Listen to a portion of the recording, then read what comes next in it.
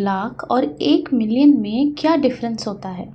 और जब आप इतने बड़े नंबर्स को देखते हो तो दिमाग हैंग हो जाता होगा। डोंट वरी, आज का वीडियो देखने के बाद लार्ज नंबर्स तुम्हारा फेवरेट टॉपिक बन जाएगा।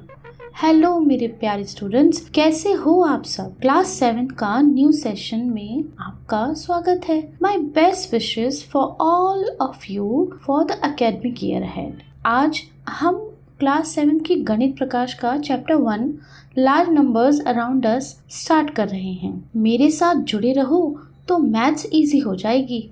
चलो स्टार्ट करते हैं। Welcome back to Edupath study hub. आज हम बात करेंगे मैसिव नंबर्स की। जब हम लार्ज नंबर्स अराउंड अस कहते हैं तो कितने बड़े नंबर्स होते होंगे? क्या आपने कभी सोचा है कि 1,00,000 कितना बड़ा होता है? It sounds like just a number but visually it's mind blowing.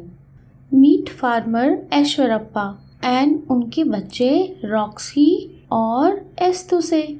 Estu was surprised to know that there were about 1,00,000 varieties of rice in this country. He wondered, 1,00,000? So far I only tasted 3 varieties. If we tried a new variety each day, would we even come close to tasting all the varieties in a lifetime of 100 years? सोचने वाली बात है। अगर आप रोज़ 3 नई varieties test करते हैं तो 100 ईयर्स में आप कितनी वेराइटीज़ टेस्ट कर पाएंगे? अगर टोटल वेराइटीज़ 1,00,000 हैं तो चलिए इस कैलकुलेशन को समझते हैं। हमने खाई 3 varieties per day into the total number of days in a year which is 365। So 3 into 365 days into total number of years, यानी 100 ईयर्स में हमें देखना है। So the multiplication comes out to 1,09,500। मतलब अगर हम 3 वेराइटी रोज़ खाएंगे और 100 ईयर्स में हम 1,09,500 राइस की वेराइटीज़ को चख पाएंगे। तो यही थी हमारी कैलकुलेशन। तो समझ में आया?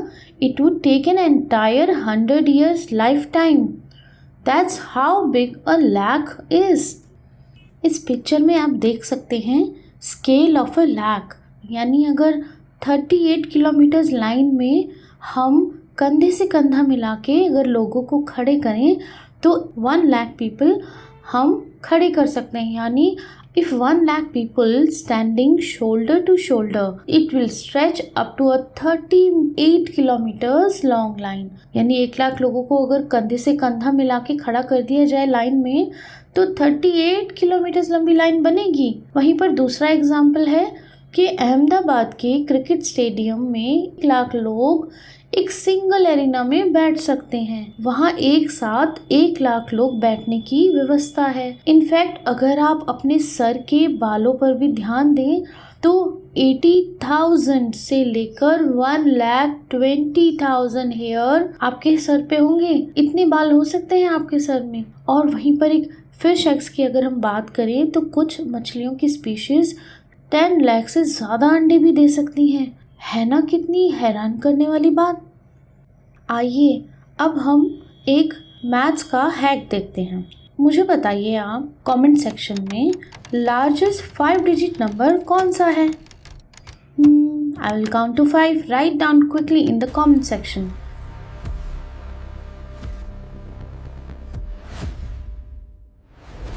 उम्मीद है आपने कमेंट सेक्शन में ज़रूर लिखा होगा। तो सिंपली लार्जेस्ट 5 डिजिट नंबर होता है 99,999, यानी 5 टाइम्स 9। और 99,999 में अगर मैं एक सिंगल नंबर जोड़ दूं यानी 1 को ऐड कर दूं तो हमें क्या मिलेगा?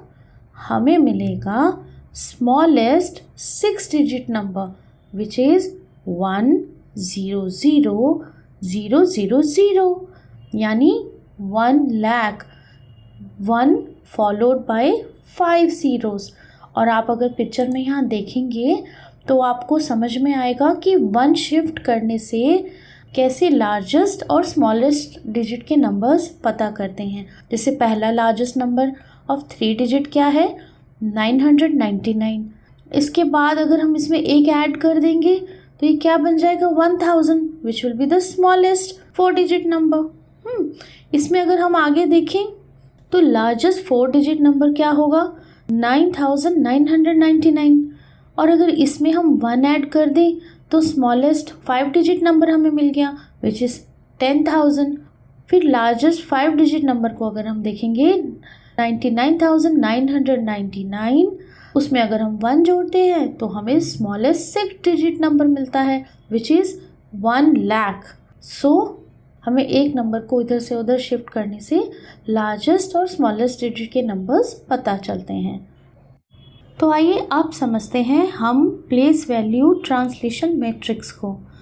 हम 2 तरह के नंबर सिस्टम को यूज़ करते हैं, 1 इंडियन नंबर सिस्टम और इंडियन प्लेस वैल्यू सिस्टम, और दूसरा होता है अमेरिकन सिस्टम। इसे हम इंटरनेशनल सिस्टम भी कहते हैं। इनकी मदद से हम न्यूमरल्स यानी नंबर्स और उनके प्लेस वैल्यूज़ को अंडरस्टैंड करते हैं, कॉमास यूज़ करते हैं। सो पहले अगर हम इंडियन नंबर सिस्टम को देखेंगे, हम लोग 1 लाख अगर लिखना चाहें तो हम 1s, 10s, 100, 1000, 10,000, लाख, 10 लाख, करोड़, 10 करोड़, ऐसे हम चलेंगे। यानी पहले 3 नंबर, फिर कॉमा, और फिर उसके बाद हर 2 नंबर पे या हर दूसरे प्लेस वैल्यू पे कॉमा लगेगा। वहीं पर अगर आप अमेरिकन सिस्टम की बात करें तो वहाँ सिंपल है, 333 पर ही कॉमा लगता है। जैसे अगर हम बात करें सेम 1 लाख को अगर हम अमेरिकन नंबर सिस्टम में लिखना चाहें तो हम पहले 3 नंबर पे सेम वैसे ही कॉमा लगाएंगे, लेकिन इंडियन सिस्टम में जैसे 2 पे था तो अब हम 2 पे नहीं लगाएंगे, हम 0 0 0 फिर कॉमा लगाएंगे। तो कैसे इनकी नेमिंग होगी, 1s, 10s, 100, 1000, 10,000, 100,000। सो वहाँ पर 1000 जो है वो 100,000 तक होगा स्ट्रेच। फिर इसके बाद फिर एक कॉमा आएगा और आगे नंबर ऐसे ही 3-3 के जोड़े में बढ़ते जाएंगे। जैसे फिर अगर हम 10 लाख को लिखना चाहें तो कितने ज़ीरो हैं, 1 2 3 4 5 6 ज़ीरोज़ हैं। सो हमारे यहाँ 10 लाख को हम कैसे लिखेंगे इंडियन नंबर सिस्टम में, 1s, 10s, 100, 3 ज़ीरो, कॉमा, फिर 2 ज़ीरो, यानी 1000, 10,000, कॉमा, फिर लाख, 10 लाख। ओके, वही अगर हम ये सेम डिजिट्स यूज़ करके अमेरिकन सिस्टम में लिखते हैं, इट विल बिकम 1 मिलियन, यानी 1 फॉलोड विद 6 ज़ीरोज़। तो यहाँ पर आप देखें 3 प्लेस वैल्यू के बाद कॉमा है, फिर 3 प्लेस वैल्यू के बाद कॉमा है, and that is called 1 million. तो 1s, 10s, 100, 1000, 10,000, 100,000, and again it will step to 1 million, 1 million, 10 million, 100 million। आप यहाँ देख रहे हैं 10 मिलियंस, हमारे यहाँ पर उसे हम 1 करोड़ में लिखेंगे, यानी 1 फॉलोड विद 7 ज़ीरोज़। और in American system 10 million will be 1 followed with the same number of zeros but the place value commas will change. आप अगर ध्यान दें, अगर हम 100 करोड़ लिखना चाहें तो हम कैसे लिखेंगे, 1s, 10s, 100, कॉमा, 1000, 10,000, कॉमा, ऐसे ही हम आगे बढ़ेंगे तो 1 करोड़ तक, यानी लाख, 10 लाख, फिर उसके बाद आगे चले जाएंगे तो 1 करोड़ हो जाएगा। ओके, तो ये कैसे हो गया, 1s, 10s, 100, 1000, 10,000, लाख, 10 लाख, करोड़, 10 करोड़, और फिर 1 अरब। सो ये 1 अरब मीन्स 100 करोड़ हो गए। और इसी को यानी कितने ज़ीरो हो जाएंगे अब अमेरिकन सिस्टम में, देखिए 1 2 3 4 5 6 7 8 9 ज़ीरोज़ अगर हमने लगा दिए तो इंडिया में तो 1 अरब हम बोलते हैं, वैसे हम बोलेंगे अमेरिकन सिस्टम में 1 बिलियन, यानी 3 times 3 set of zeros followed with a 1। तो 1s, 10s, 100, 1000, 10,000, 100,000, फिर million, 10 million, 100 million, and then 1 billion. So याद रखिएगा इंडियन सिस्टम में पहले 3 नंबर पे कॉमा लगता है, फिर 2 और 2, फिर 2 की जोड़ी पे कॉमा लगता है। ऐसे ही अमेरिकन सिस्टम में सिंपल है, सिर्फ 3 3 3 के ही जोड़े पर कॉमास लगते हैं। आई होप आपको ये प्लेस वैल्यू सिस्टम बहुत अच्छे से समझ आ गया होगा। चलिए अब बात करते हैं एग्जैक्ट वर्सेस अप्रॉक्सीमेशन की। हम कब एग्जैक्ट नंबर्स की वैल्यूज़ को यूज़ करें और कब हमें अप्रॉक्सीमेट वैल्यूज़ को यूज़ करना चाहिए, इसे हम कुछ केसेस को डिस्कस करके समझेंगे। जैसे आपके बैंक बैलेंस की अगर हम बात करें, आप बैंक बैलेंसेस को हम एग्जैक्ट नंबर्स में ही बताते हैं, because to know the exact number of amount we have in our account. वहीं अगर हम बात करें इमरजेंसी नंबर्स की, सो हम उन्हें भी एग्जैक्ट नंबर में ही लिखेंगे। जैसे पुलिस का नंबर 100 और 112, फायर का नंबर 101, तो हमें एग्जैक्ट नंबर्स को ही याद रखना पड़ेगा। ऐसे ही हमारे टेलीफोन नंबर्स होते हैं जिन्हें हमें एग्जैक्ट उन्हीं डिजिट्स को एंटर करना होता है जो उसकी वैल्यू होती है। फिर हम कब अप्रॉक्सीमेट नंबर्स को यूज़ करेंगे, तो इसे एक एग्जांपल से हम समझते हैं। सपोज़ टाउन में कैलकुलेशन होती है वहाँ की पॉपुलेशन की, यानी कितने लोग उस टाउन में रहते हैं। तो जब पॉपुलेशन की कैलकुलेशन करी जाती है तो वहाँ ये पाया जाता है कि उस टाउन में 76,068 पीपल रहते हैं। उस कैलकुलेशन को अगर नॉर्मल बातचीत की भाषा में कोई डिस्कस कर रहा होगा तो वो ये बोल देंगे कि पता है उस टाउन में 76,000 पॉपुलेशन है या 75,000 पॉपुलेशन है उस टाउन की। तो यहाँ पर वो गलत नहीं होंगे, क्योंकि वहाँ उन्हें exact value up to the number बताने की ज़रूरत नहीं है। वो सिर्फ उस टाउन की पॉपुलेशन को ये बताना चाहते हैं कि यहाँ पर इतना पॉपुलेशन रहता है, जो कि सुनने वाले या जानने वाले के लिए काफ़ी है। जैसे न्यूज़पेपर आर्टिकल्स में भी अगर हमें बताना हो तो हम एक कैजुअल वे में अप्रॉक्सीमेट वैल्यू बताकर काम चला सकते हैं। तो ऐसी कौन सी सिचुएशंस होती हैं जहाँ पर हमें नंबर्स को राउंड अप करने का सेंस समझ में आता है। Rounding up means approximate value को बताना जो एक्चुअल वैल्यू के आसपास की होगी। तो for example, if a school has 732 people including the students and teachers and staff, एक पूरे स्कूल में 732 लोग हैं, स्टूडेंट्स, टीचर, स्टाफ सबको मिलाकर। सो प्रिंसिपल मैम को ऑर्डर करनी है मिठाइयाँ, तो वो क्या करेंगी, वो 732 एग्जैक्ट तो नहीं मंगाएंगी, वो ये बोल देंगी कि आप 750 मिठाई मंगवा लो, है ना। 700 मंगाएंगे तो कम पड़ जाएगी। तो इस केस में 732 लोगों के अप्रॉक्सीमेशन को वो 750 कह के समझा देंगी कि इतनी मिठाइयाँ आप मंगा लो। अब ये हमने क्या करा, राउंडिंग ऑफ कर दिया, यानी हमने चेक करा there are situations where it is better to round down. ऐसी सिचुएशंस होती हैं जहाँ राउंडिंग अप करने की जगह राउंड डाउन करने में बेनिफिट मिल जाता है। एग्जाम्पल है, आप एक शॉप पे गए, वहाँ पे आपने एक आइटम का कॉस्ट पूछा, दुकानदार ने बोला 470 रुपये यानी 470 रुपीज़ का ये आइटम है। शॉपकीपर बोला कि भाई कुछ डिस्काउंट दे देता हूँ मैं आपको, आप मुझे 450 दे दो, चलो। तो ग्राहक खुश हो गया, कस्टमर भी खुश हो गया कि मुझे 20 रुपीज़ का डिस्काउंट मिल गया, मुझे चेंज नहीं ढूंढनी पड़ेगी और मुझे डिस्काउंट मिलने से मैं 450 रुपीज़ ईजिली उसको दे दूंगा। क्या इस सिचुएशन में राउंडिंग डाउन करना बेहतर था या राउंडिंग अप करना बेहतर था? अगर हम 470 को राउंड अप करते तो 500 रुपीज़ आते, बट दुकानदार उसको डिस्काउंट नहीं दे पाता और कस्टमर का नुकसान हो जाता। वहीं पर 470 को हमने 450 कर दिया तो दुकानदार का सामान बिक गया और कस्टमर को 20 रुपीज़ का बेनिफिट हो गया। तो ऐसी सिचुएशन में राउंडिंग डाउन करने से फ़ायदा हुआ। सो हमें कब एग्जैक्ट नंबर चाहिए और कब अप्रॉक्सीमेट, ये आपको समझ में आया होगा।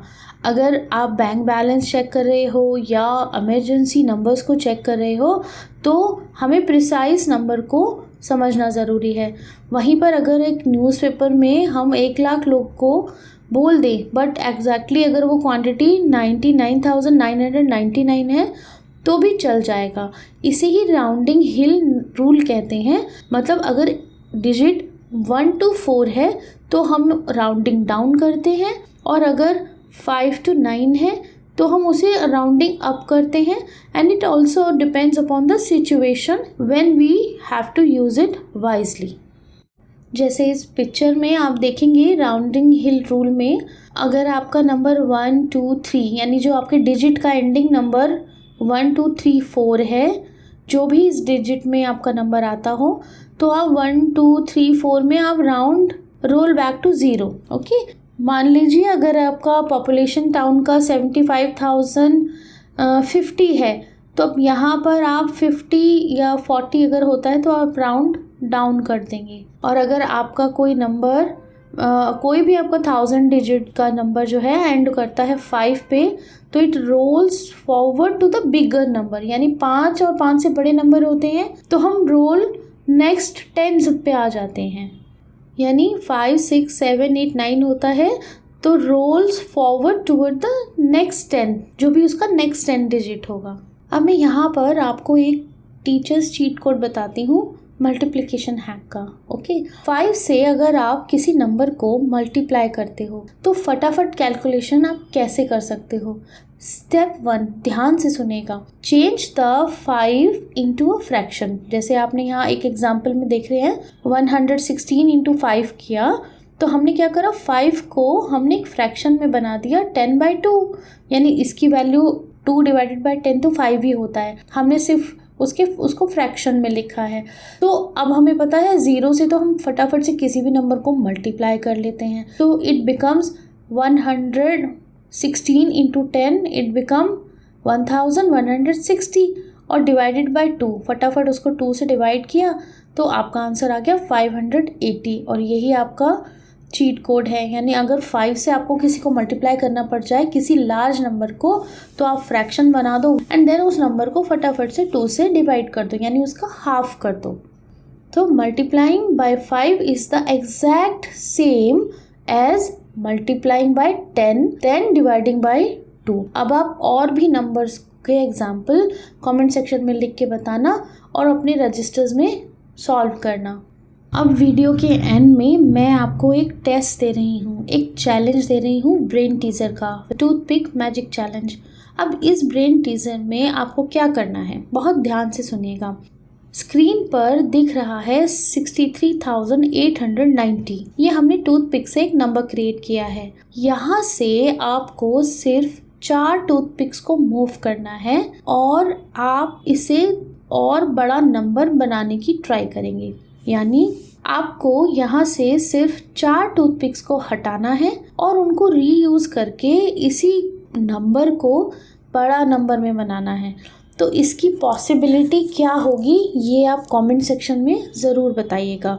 यानी 63,890 में से 4 टूथपिक्स को रीप्लेस करके आपने कौन सा बड़ा नंबर बनाया, ये मुझे आप कमेंट सेक्शन में ज़रूर लिख के बताइएगा। तो स्टूडेंट्स, लार्ज नंबर स्केरी नहीं होते जब आप उनके पैटर्न्स को समझ जाते हैं। Keep learning with EduPath Study Hub. Don't forget to like and subscribe the channel. Thank you.